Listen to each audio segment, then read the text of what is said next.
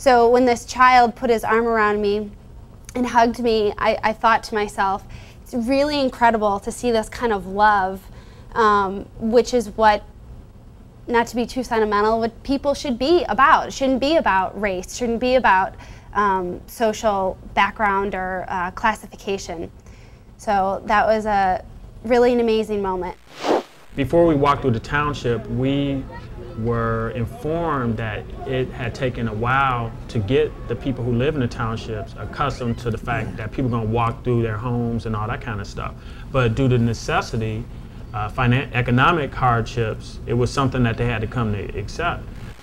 As we walked through, we were of course invited to take pictures, and it's an awkward moment, right, because you want to capture the moment, but you feel that you're at a zoo. It was explained to us that not to feel awkward about that, but that we were bringing money and tourism into the area, and that people had become accustomed to visitors. So when we're walking around, you know, the kids are running around, running up to us. They're oblivious like kids could be. But I was really looking at the eyes of the grown men, and it was almost, there was like a fire in the eyes, even though physically they were living in a horrible situation.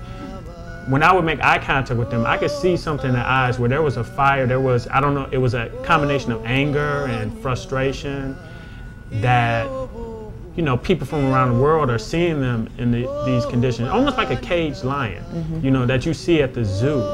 And it was I thought it was very tragic. And then if you put into context that some of these people were living in prime areas of real estate, you know, location-wise, and they were forced to move. You know, you're living in the area that will one day become our downtown, be gone, move out to the countryside.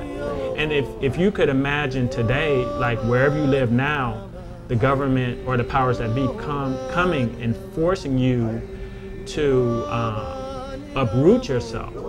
And then imagine, you know, maybe 5 years later, the very area you vacated is bustling and thriving, and then you're on the outskirts in poverty. And when I put it in that context, because and you cannot participate in economic development. You can't participate in this growth. When we're learning about South Africa, obviously you learn about that there's, you know, it's like a first world economy and a third world economy all together. And it really hit home for me when we were in Cape Town. You know, here we are staying at this posh hotel, 6-star hotel. I have never stayed in a place that nice. We had the best service. Anything we wanted, they would do for us. Wherever we went, there were these beautiful $1 million homes. You know, people really just living a really nice and wealthy life. And, you know, you just see the difference. You know, everyone's, you know, 10 years, South Africa has come so far, and you're just like, well, they really haven't gone all that far. I mean, you still have people living without phone lines, without running water. And it's hard to see that, you know, they've really come that far when you still have people living in just these deplorable areas. It was so striking to see how the accommodations where we were staying were completely first world, as we would call it, and the places where these black South Africans lived was completely third world. It was really intense, I felt, because I said, because a young man who spoke to our group, he worked for the government of South Africa. And we went into a home, and this woman was sleeping on a couch, and there were flies all over her and stuff like that. And it was his home. You know, and I'm like, oh my God, you know, I would have never known he had his suit, you know, his work clothes on and everything like that. And he's working for the government, but he's coming home to this. So that, to me, was very powerful. It opened my consciousness to this world that you only were exposed to in novels or newspapers or movies or, you know, articles and museum exhibits. And you realized that what you see in the movies really does exist. For me, seeing the conditions of people in South Africa helped me to understand what my ancestors were living in, or that there's definitely some similarities to what they were struggling to get out of. And so, but one thing I think that for South Africa, I give them a lot more hope, because what they did with their truth and reconciliation efforts was that they, as a country, opened up and told the stories. And so, you know, when you deal with grief, you have to deal with what happened. And I thought that they did a really good job of opening up and telling those stories, because through telling those stories, that's how you can really heal as a nation. And I thought that when I look at them and their chances for the future, I definitely give them a bit of a leg up, because they have done that and they have very open conversations, it seems like.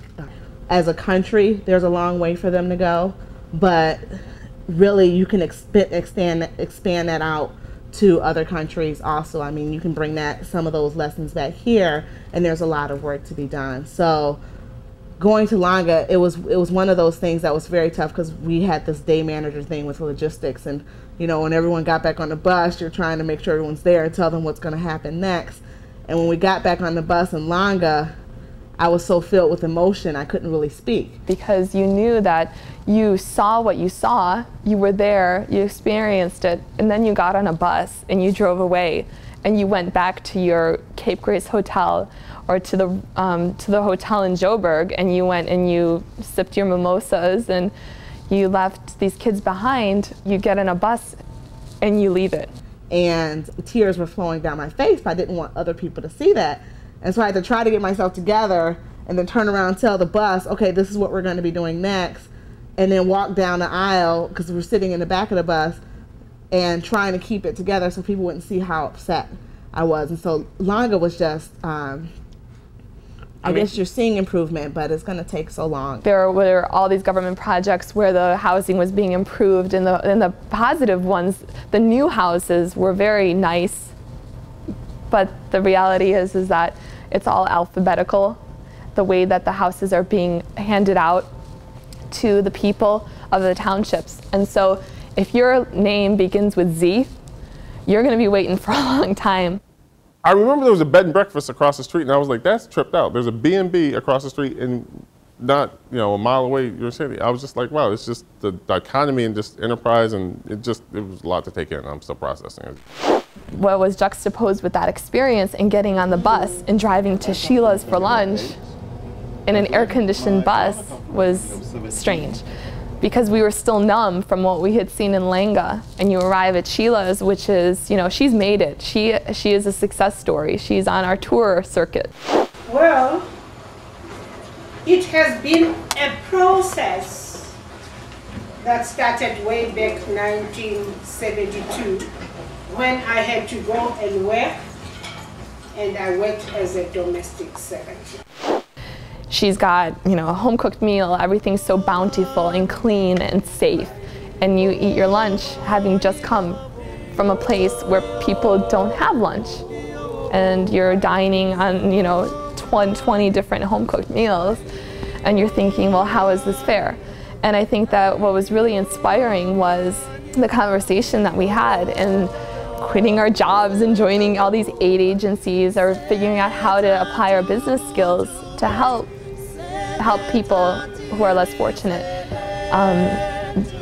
It was really inspiring, because it was nice to know that I wasn't the only one who thought that way, and that we all shared this common desire to help people. It made me pledge to myself that one day I would return back to Africa and somehow try and improve and make a difference.